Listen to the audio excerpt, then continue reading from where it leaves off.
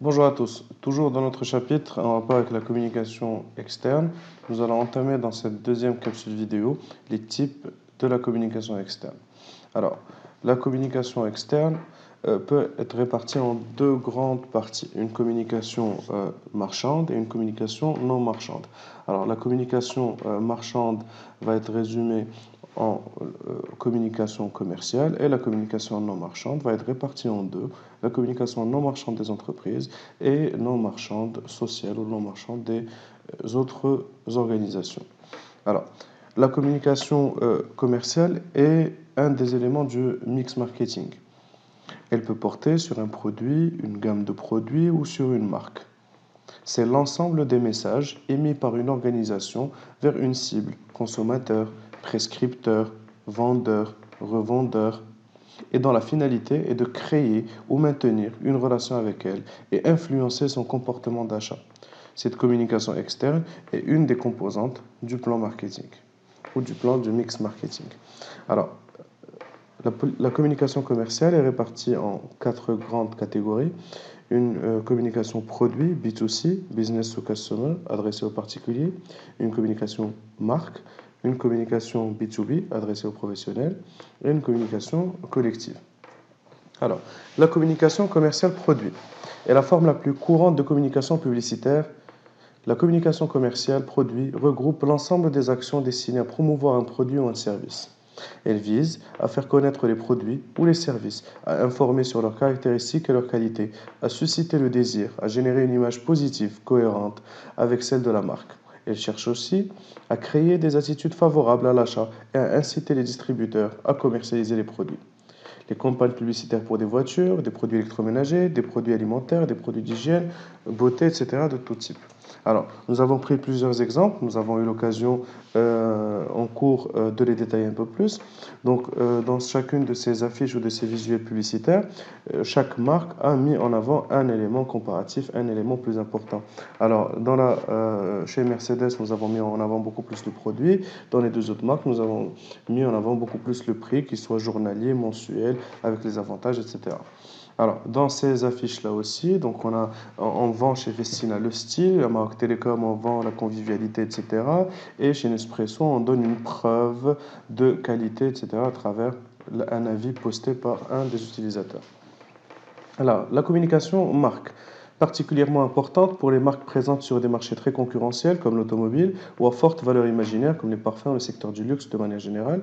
La communication de marque contribue à créer un territoire de marque distinctif et attractif qui tend à conquérir et à fidéliser les consommateurs. Dans ce type de communication, la stratégie créative joue le plus souvent sur des aspects imaginaires ou symboliques de la marque, dans la mesure où l'on se réfère pas aux qualités précises du ou des produits, mais à la personnalité de cette dernière. Ce type de communication laisse une large place à la liberté créative. C'est ce que nous pouvons voir avec ces affiches publicitaires. Alors, celle de Lego en bas à gauche qui montre un petit enfant en train de jouer avec un hélicoptère dans une cage pour oiseaux et avec un petit slogan on pardonne tout à leur créativité. Dans le sens où Lego ici ne vend aucun produit, ne vend pas ses briques, ne vend pas ses films, ne vend pas tous ses jouets, mais Lego vend cette ambiance, ce style, les valeurs de la marque. Voilà. Avec Chanel, Guess, etc., c'est la même chose. Alors, la communication commerciale B2B, il s'agit d'une communication d'entreprise à entreprise. Business to business. Le contenu du message, argument, vocabulaire est généralement beaucoup plus technique que pour une communication publique en B2C. Alors, comme vous pouvez le voir dans ces affiches, on a beaucoup plus de détails, de termes techniques. Donc, on comprend qu'elles visent particulièrement une clientèle professionnelle. Ou dans cette deuxième affiche de la banque qui s'adresse directement comme une sorte d'avis d'information, de note d'information dirigeant de TPE et PME. C'est-à-dire, si vous n'êtes pas dans ces deux catégories, ce message ne s'adresse pas à vous.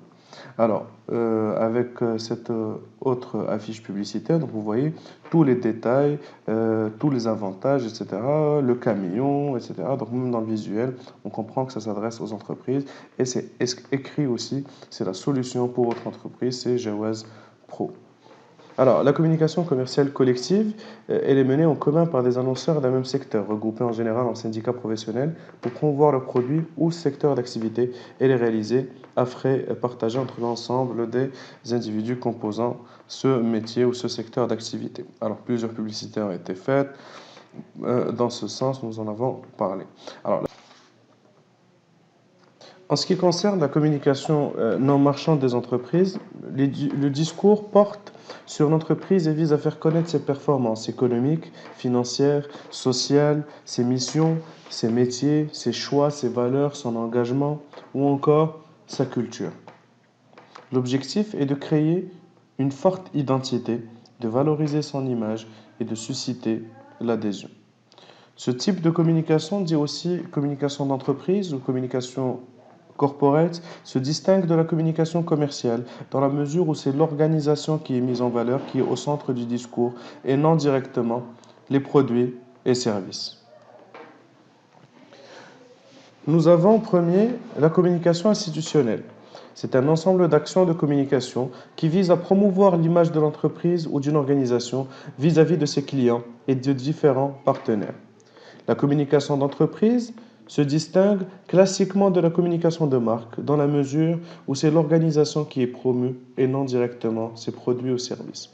On communique dès lors sur les performances de l'entreprise et sur ses valeurs.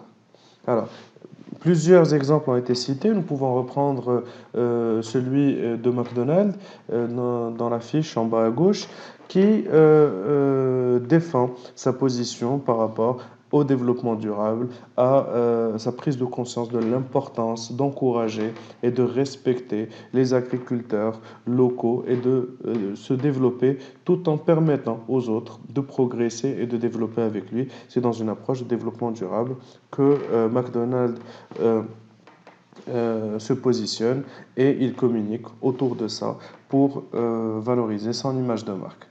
Alors, la communication de recrutement, elle concerne les actions de communication en direction des candidats à l'embauche, des jeunes diplômés des universités ou des écoles.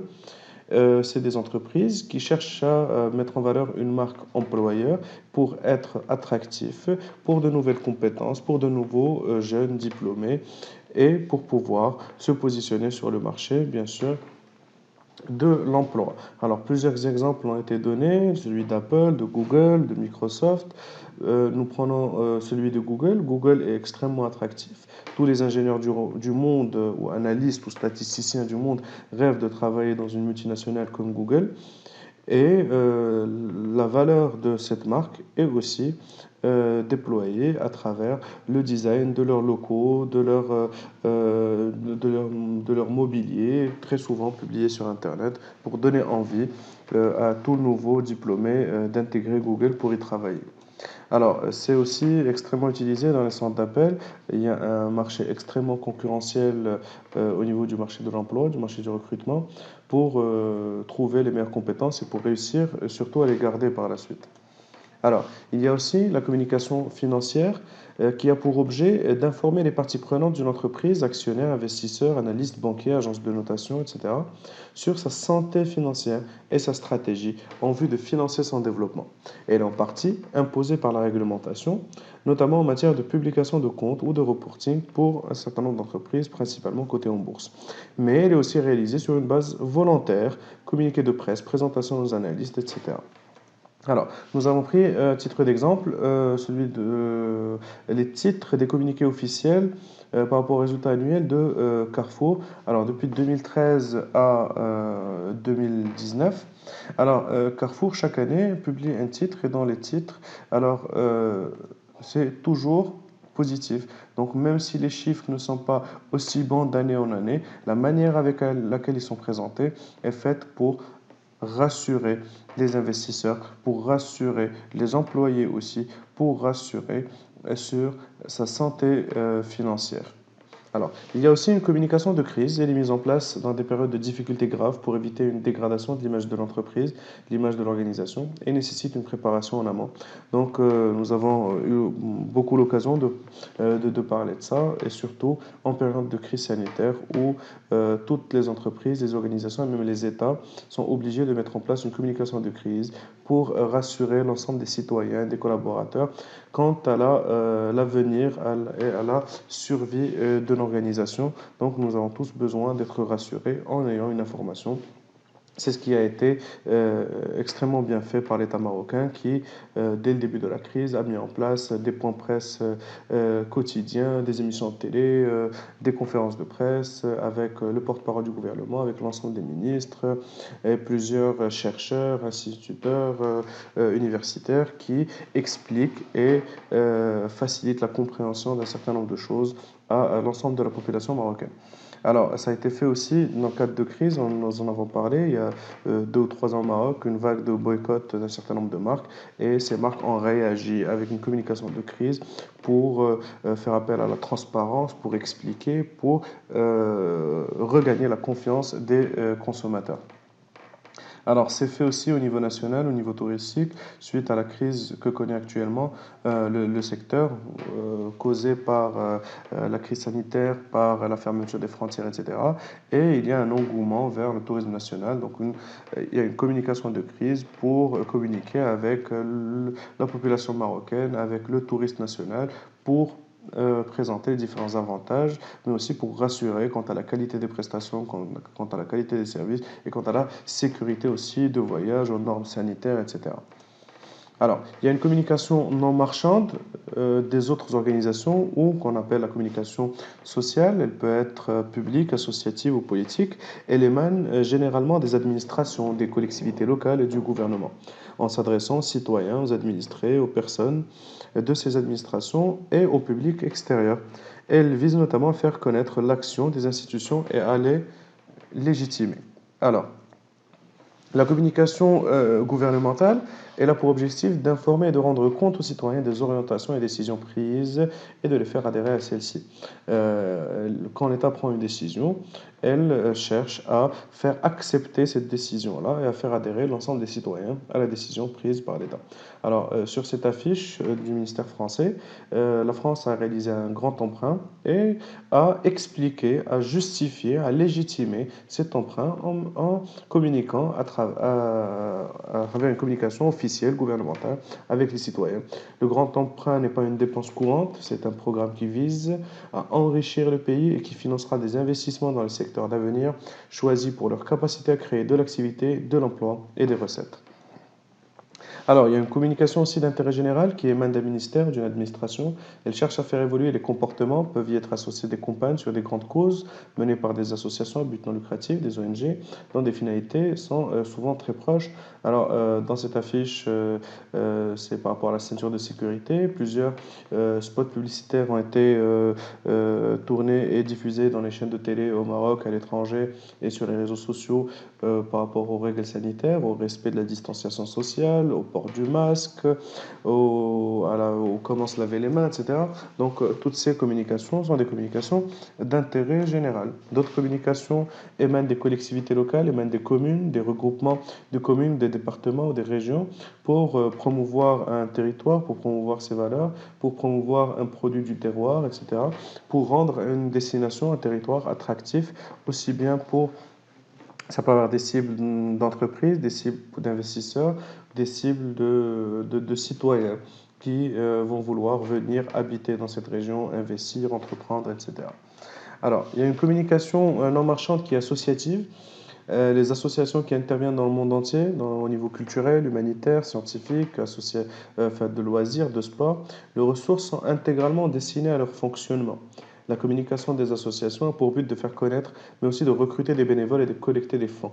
Et elle contribue largement à faire prendre conscience de l'intérêt de leurs actions et à les crédibiliser.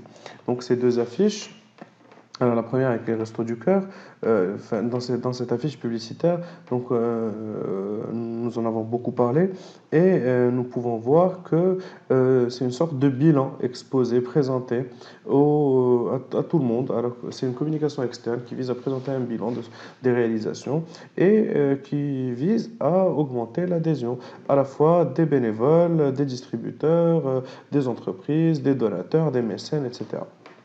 Alors, il y a une communication politique qui englobe toutes les actions de communication visant à promouvoir une personnalité publique ou personnalité politique ou un parti politique. La tendance observée ces dernières années est l'utilisation des mêmes techniques et moyens que pour les autres types de communication, Internet, affichage, édition, relations publiques, événementielles, etc.